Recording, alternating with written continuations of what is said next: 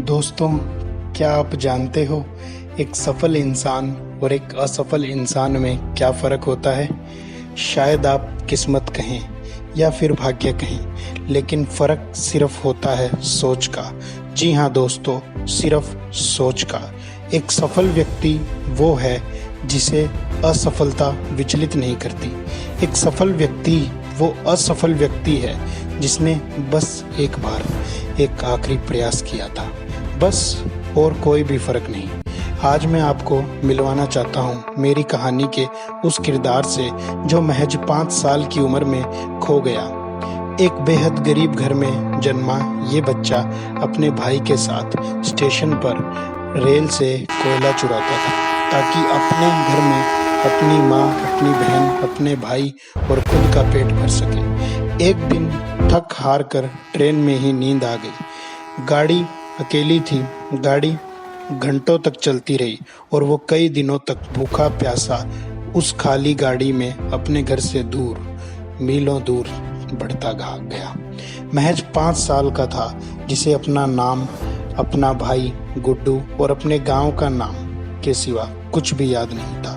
दर दर भटकने के बाद उसे मालूम हुआ कि अब वो किसी कलकत्ता नाम के शहर में आ गया है। इस समाज में इंसान के रूप में मौजूद भेड़ियों से बचने के बाद आखिरकार अनाथालय पहुंच ही गया। उसे याद ही तो सिर्फ इतना था कि उसकी दुनिया ही तो इतनी है।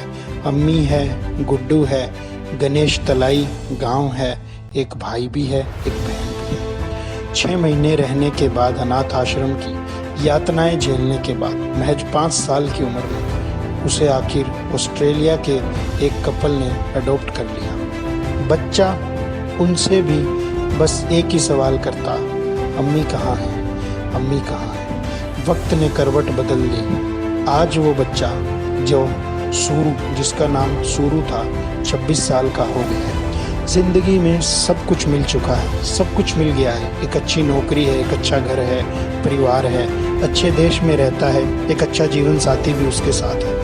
लेकिन फिर भी जिंदगी कुछ अधूरी सी लगती है।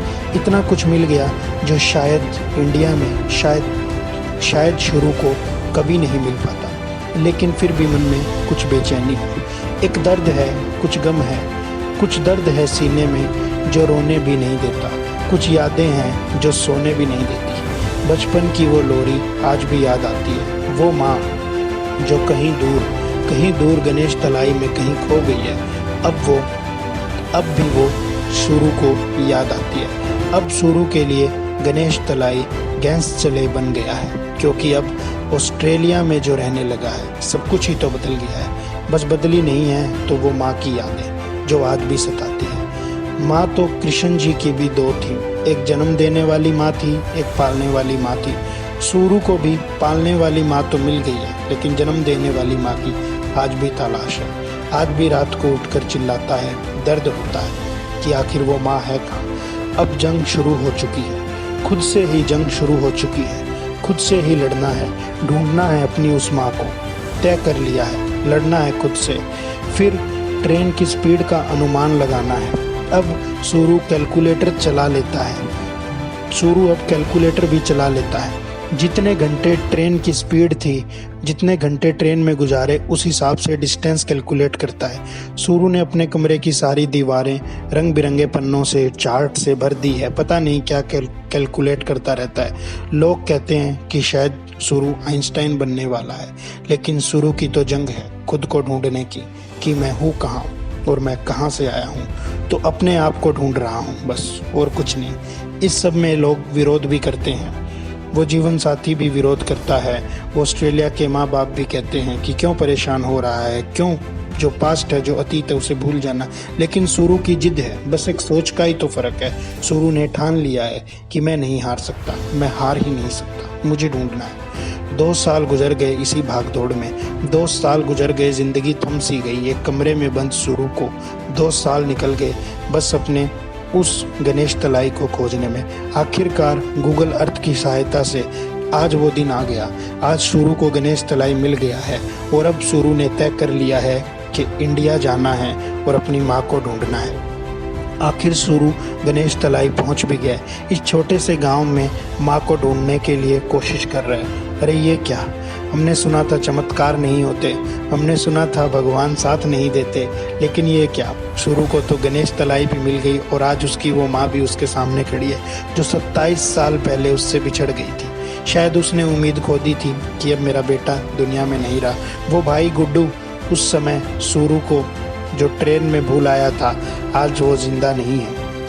ट्रेन हादसे में कोयले चुराने का काम था, ट्रेन के नीचे आ गया, उसकी जान चली गई। लेकिन सूरू आज अपने गांव पहुंच गया है, अपने घर पहुंच गया है, अपनी जन्म देने वाली माँ के साथ खड़ा है। क्यों खड़ा है सूरू? क्योंकि उसने हार नहीं मानी। उसने खुद से हार नहीं मानी। उसने जिद कर ली थी कि मैं ढूंढ के रहूंगा। अब उसे यहाँ गांव में आकर पता चला है कि आज दुनिया उसे सूरू नाम से जानती है, क्योंकि उसने सूरू नाम दुनिया को अपना बताया। लेकिन उसकी माँ ने तो बचपन में उसका नाम शेरू रखा था। शेरू मतलब लोयन। तो वो बच्चा जो अपना नाम भी नहीं पुकार पा रहा था, 27 साल माँ से बिछड़ने के बाद आखिरकार अपने गाँव में पहुँच गया। कैसे साथियों? क्या आप अब भी कहते हो कि भाग्य भी कुछ होता है? नहीं साथियों, मैं नहीं कहता।